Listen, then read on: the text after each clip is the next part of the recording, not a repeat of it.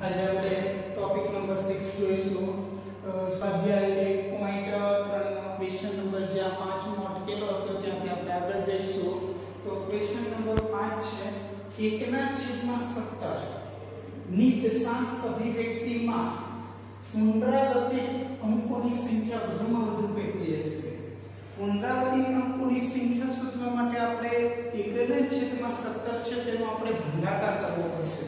તો ભાગાકાર કરવાથી ભાગફળમાં કેટલી પણ આપણને શેષ વધે તો અંશમાં ભાગફળમાં કેટલા અંક આવે છે તે આપણે ગણવાના રહેશે તો જરા ધ્યાન આપશો ભાગાકાર જરા મોટો આવશે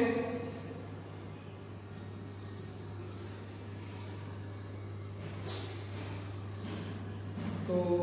એક છે તેને આપણે ભાજ્ય કહીશું અને આ આપણો 17 ભાજક છે ભાગ ચલાવીશું તો ભાગ ચાલતો નથી 0.10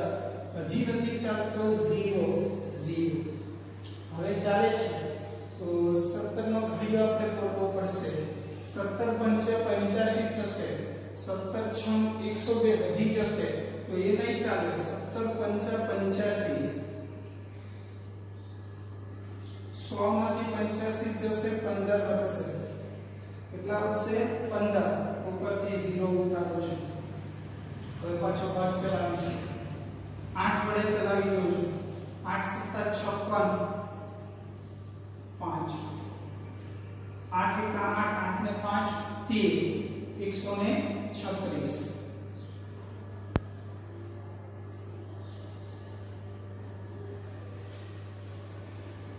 કેટલા વધશે 14 ઉપરથી 0 ફરી પાછું 8 વડે ચલાવો કેમ કે આપણે 136 જાણીએ છીએ 4 વધે ઉપરથી 0 થાય આ બધે 0 મૂકી દો જેટલા જરૂર છે એટલા આપણે લઈ લઈશું 40 17 * 34 6 0 જ્યાં સુધી અંકનું એપ્લિકેશન નહીં છે ત્યાં સુધી કન્ટિન્યુ ચલાવવા જ કરીશું 60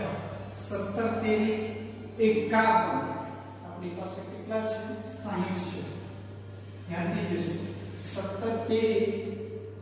51 9 ઉપરથી 0 ઉતાર્યા 17 પંચા 85 15 ઉપરથી 0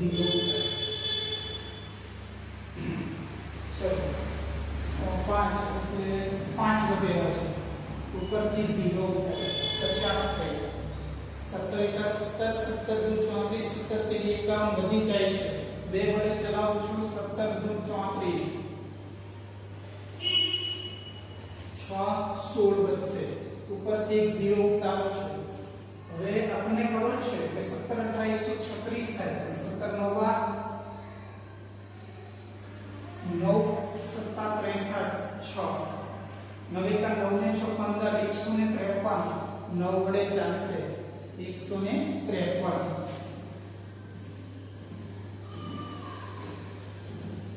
7 વધ્યા ઉપરથી 0 ઉતાર્યા સીધી રહેવા 17 51 9 1 સોરી 17 51 17 68 68 કરી દઈએ છીએ 4 વડે ચાલે છે તો વધશે કેટલા 2 0 એટલે 2 વજ્યા એટલે 20 થયા 17 17 3 વજ્યા ઉપરથી 0 ઉતાર્યા 17 17 13 વજ્યા ઉપરથી 0 ઉતાર્યા તો હવે આપણે પાસે આવી ગયા કેટલા 130 આવ્યા છે તો 130 આવ્યા તો 17 7 કેટલા થાય છે જો 17 7 119 17 7 119 1 વધશે ઉપરથી 0 ઉતારશું 17 6 કેટલા થશે 102 કેટલા બીજા 8 80 થયા તો 80 થયા તો 17 6 17 4 કેટલા થશે 17 6 80 આવ્યા છે આપણી પાસે ધ્યાનથી જોશો 80 આવ્યા છે તો 80 ની અંદર આપણે 4 વડે ભાગ કરીએ તો કેટલા આવશે 68 68 આવ્યા તો કેટલા વધશે તે જોઈ લઈએ તો 2 1 12 100 ને કેટલા આવ્યા 20 હવે 17 17 119 માંથી 119 જાય એક વધશે એટલે પૂરી કન્ડિશન ની આવી ગઈ એક અવેલેબલ એનો મતલબ એ થયો 1 2 3 4 5 6 7 8 9 10 11 12 13 14 15 ને 16 વધુમાં વધુ અંકોની સંખ્યા કેટલી હોઈ શકે 16 તો એનો મતલબ એ થયો કે ભાગાકારની મદદથી આપણે જેટલા પણ ભાગફળની અંદર અંક આવે તે અંકની સંખ્યા આપણે લખવાની છે વધુમાં વધુ કેટલી હોઈ શકે 16 કેટલી હોઈ શકે 16 તે આપણા અંકોની સંખ્યા દર્શાવે છે ક્વેશ્ચન નંબર 6 જેમાં p અને q ને એક સિવાયનો કોઈ સામાન્ય અવયવ ન હોય મતલબ એ અવિભાજ્ય સંખ્યા છે કે જેના ભાગ પડતા નથી એક અવયવ તો હોય જ જેની દશાંશ અભિવ્યક્તિ શાંત પણ હોવી જોઈએ શાંત હોવું એનો મતલબ એ કે એક ઘટકનું પુનરાવર્તન ન થવું જોઈએ અટકી જવું જોઈએ p/q સ્વરૂપના કેટલાક ઉદાહરણ આપો q નું શું અનુમાન લગાડી શકો એવું એક ઉદાહરણ લઉં છું 2/5 ટ્રાય કરી જોઈએ છે ભાગાકાર કરીએ છીએ 2 5 चलो भागना चले 0 0 5 20 0 0 अभी ये 0.4 का शांत हो गया समझी ले कि बीजू उदाहरण एक लईશું જો 5 ના છેદમાં 2 લઈ લો તો એવી ઉદાહરણ લઈએ તો 5 2 ભાગ ચલાવું છું જરા જોશો ધ્યાનથી તો 0 એટલે 2 2 4 એક વધુ ભાગ ન ચાલે એટલે પોઈન્ટ મૂકી દઉં છું 2 5 10 0 0 કેટલું આવ્યું છે આગળ વધતું નથી આના મતલબ પરથી એક જ વસ્તુ થાય કે આવા કોઈ પણ ઘટકને છેદમાં એટલે q નું અનુમાન એવું લગાવી શકાય કે છેદમાં હંમેશા 2 અથવા તો 5 ની ઘાત સ્વરૂપમાં જોવું જોઈએ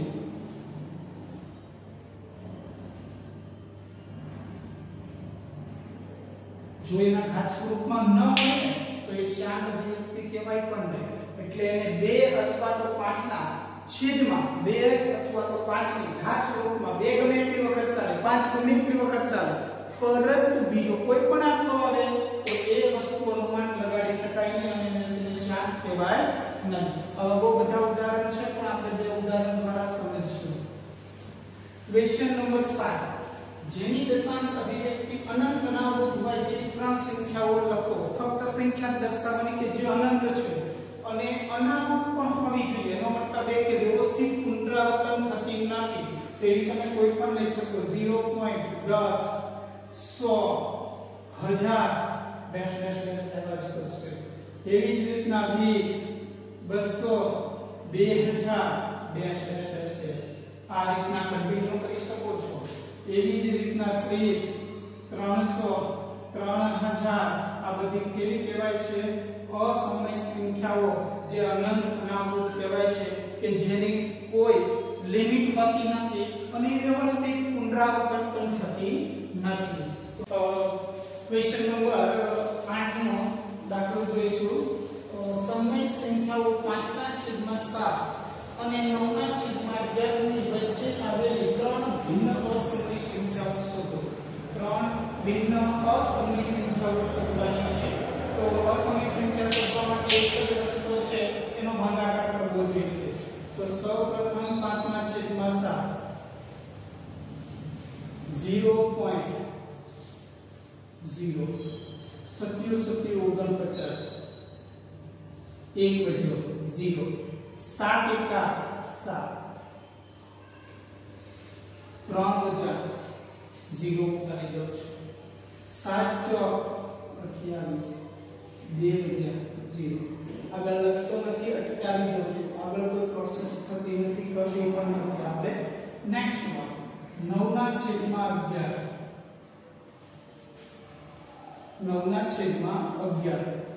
તો એની વાત કરીએ તો 9/11 ની અંદર 0.0 11 88 2 વધ્યા 0 11 એકા 11 9 વધ્યા 0 આગળ વધે તો 11 કા મતલબ શેમાં વિડિયો આગળ વધવાની જરૂર નથી મતલબ 5/7 એનો ભાગાકાર કરીએ તો 0.7114 એટલે કે 71 બાદ કરીને કન્ટિન્યુ કરી શકો છો એવી જ રીતના 9/11 નો મતલબ થાય 0.81 કન્ટિન્યુ આવ્યા જ કરે છે આની વચ્ચેની આપણને ત્રણ ભિન્ન અસમય સંખ્યા શોધવાની 71 ની પ્લેસ વચ્ચે જેટલું જોઈતું હોય એટલી મળી શકે 0.72 720 7200 0.75 750 7500 0.78 780 7800 ઘણી સંખ્યાઓ લખી શકો પણ 71 ને 81 ની વચ્ચે હોય તેવી સંખ્યાનો ઉપયોગ કરવાનો બીજી કોઈ સંખ્યા લઈશું નહીં ક્વેશ્ચન નંબર 9 વર્ગીકરણ કરો સમય અને અસમય સંખ્યા મેં તમને લોકોનો તફાવત કીધો હતો સમય સંખ્યાને p/q સ્વરૂપમાં લખાય અસમયને ન લખાય આનું વર્ગમૂળ નીકળે છે અસમય સંખ્યાનું નામ નીકળે જે ઘટકનું પુનરાવર્તન વ્યવસ્થિત થતું હોય તો તેને સમય કહેવાય અવ્યવસ્થિત થતું હોય તો તેને અસમય સંખ્યાઓ કહેવાય છે નેક્સ્ટ પાઈ અસમય સંખ્યા છે આવું આપણે અગાઉના લેક્ચરની અંદર જોઈ લીધેલું છે તો ચાલો 23 નું વર્ગમૂળ નીકળે છે 9 તો એને આપણે શું કહીશું વર્ગમૂળ નથી નીકળતું એટલે એ આપણે કેવી સંખ્યા થઈ કહેવાય અસમય સંખ્યા થઈ કહેવાય 225 નું વર્ગમૂળ આવે છે કેટલું થાય 15 જેને આપણે લખીશું અસમય સંખ્યા 0.3796 આગળ તો આવતું જ નથી અટકી ગયું શ્યામ દશાંશ અભિવ્યક્તિ છે p/q સ્વરૂપમાં લખાય છે માટે તેને આપણે શું કહીશું સમય સંખ્યા 3796 સમય સંખ્યા છે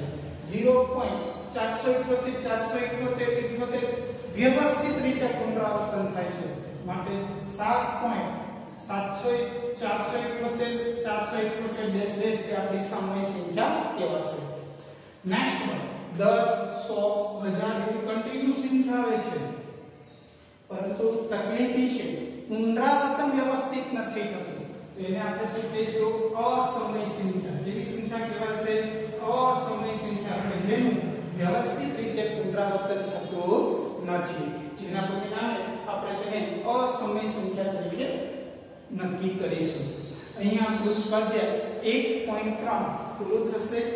નેક્સ્ટ લેક્ચરની અંદર આપણે આગળનો સ્વાધ્યાય ચલાવીશું ઓકે